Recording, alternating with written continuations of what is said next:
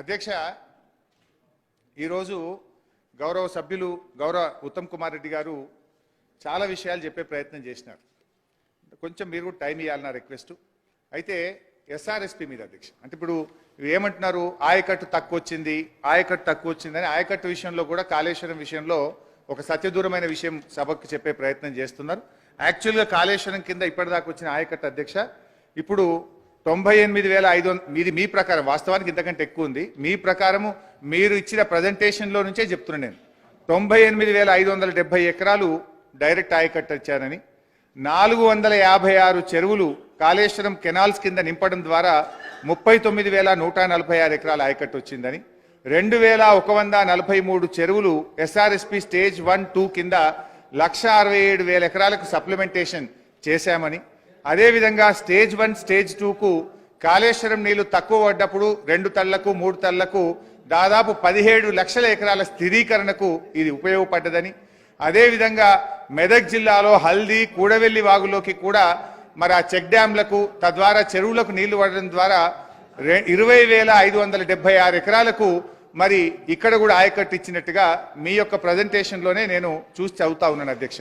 అంటే దాదాపు కాళేశ్వరం మీద కొత్త ఆయకట్టు స్థిరీకరణ కలిపి దాదాపు 20 లక్షల ఎకరాల వరకు కూడా మేలు జరిగింది. కానీ మీరు ఎంతసేపు కొత్త ఆయకట్టును మాత్రమే చూపిస్తూ చెరువుల కింద వచ్చిన ఆయకట్టు, చెక్ డ్యాంల కింద వచ్చిన ఆయకట్టు, స్థిరీకరణ కింద వచ్చినటువంటి ఆయకట్టును చూయించకపోవడం అనేటువంటిది కరెక్ట్ కాదు. అయితే అధ్యక్ష ఏ ప్రాజెక్ట్ అయినా మన చరిత్ర, మన రాష్ట్రంలో, మన దేశంలో చూస్తే అధ్యక్ష ఇట్ విల్ టేక్ టైం. ఆయకట్టు విషయంలో ఒక 2-3 ఉదాహరణలు మన రాష్ట్రం చెప్తా, దేశం మొత్తం కూడా నా దగ్గర ఉన్నాయి. కానీ ఎస్ఆర్ఎస్పి ప్రాజెక్టు చూస్తే అధ్యక్ష 1963లో ఎస్ఆర్ఎస్పి ప్రాజెక్టుకు ఫౌండేషన్ వేస్తే 1975లో 11 సంవత్సరాల తర్వాత ఎస్ఆర్ఎస్పి ప్రాజెక్టు ఇనాగ్రేషన్ అయింది. అయితే ఇచ్చిన ఆయకట్టు ఎంత అంటే 25,000 ఎకరాలు. 11 ఏళ్ల తర్వాత ఎస్ఆర్ఎస్పి ప్రాజెక్టు ఇనాగ్రేషన్ చేస్తే ఇచ్చిన ఆయకట్టు కేవలం 25,000 ఎకరాలు మాత్రమే. మరి పూర్తి స్థాయి ఆయకట్టు ఎప్పుడొచ్చింది, మొత్తం 9.5 లక్షల ఎకరాలు ఎప్పుడొచ్చింది అంటే 2008-9 నాటికి 9 లక్షల ఎకరాల ఆయకట్టు వచ్చింది. అంటే ఎస్ఆర్ఎస్పి పూర్తి స్థాయి ఆయకట్టు సాధించడానికి ఆనాటి కాంగ్రెస్ పార్టీకి 45 సంవత్సరాలు పట్టిందని మీ ద్వారా వారికి తెలియజేస్తా ఉన్నా. రెండవది నాగార్జున సాగర్ అధ్యక్ష మీ జిల్లా 1955లో నెహ్రూ గారు ఫౌండేషన్ వేస్తే 1967లో గౌరవనీయులు ఇందిరాగాంధీ గారు ఇనాగ్రేషన్ చేశారు. ఆ రోజు 12 ఏళ్ల తర్వాత ఎడమకాలోకి ఇచ్చిన ఆయకట్టు ఎంత అంటే కేవలం 98,000 ఎకరాలు మాత్రమే. 98,000 ఎకరాలు మాత్రమే. 12 ఏళ్ల తర్వాత 98,000 ఎకరాలకు ఎడమకాలోకి నీళ్లు వచ్చినాయి. పూర్తి స్థాయి ఆయకట్టు ఎప్పుడు వచ్చింది నాగార్జున సాగర్ ప్రాజెక్ట్ కింద అంటే 1974. 30 ఏళ్ల తర్వాత ఎడమకాలువకు పూర్తి స్థాయిలో నీళ్ళు వచ్చిన పరిస్థితి ఉన్నది.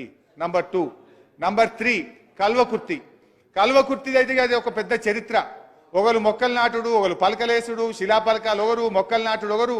1984లో మొదటి శిలాపలక వేస్తే 1984 నుంచి 2014 వరకు 30 ఏళ్ల కాంగ్రెస్ తెలుగుదేశం పాలనలో కల్వకుర్తికి ఇచ్చిన ఆయకట్టు ఎత్త అంటే 13,000 ఎకరాలు మాత్రమే.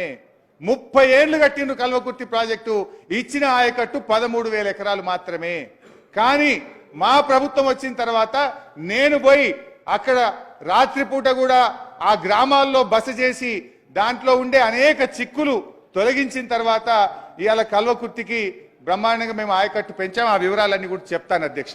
అదేవిధంగా దేవాదుల, తెలంగాణ ఉద్యమంలో వచ్చింది దేవాదుల.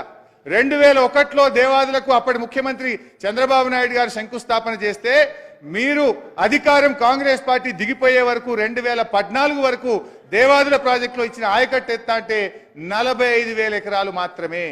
దీన్ని బట్టి ఏమర్థమైంది, ఎస్ఆర్ఎస్పిలో పూర్తి ఆయకట్టు ఇవ్వడానికి 45 ఏళ్లు, నాగార్జున సాగర్ లో పూర్తి ఆయకట్టుకి ఇవ్వడానికి 30 ఏళ్లు, కల్వకుర్తిలో 30 ఏళ్ల తర్వాత ఇచ్చిన ఆయకట్టు 13,000 ఎకరాలు, దేవాదులలో 14 ఏళ్ల తర్వాత ఇచ్చిన ఆయకట్టు 45,000 ఎకరాలు. ఇది కాంగ్రెస్ పార్టీ గత పాలకుల చరిత్ర.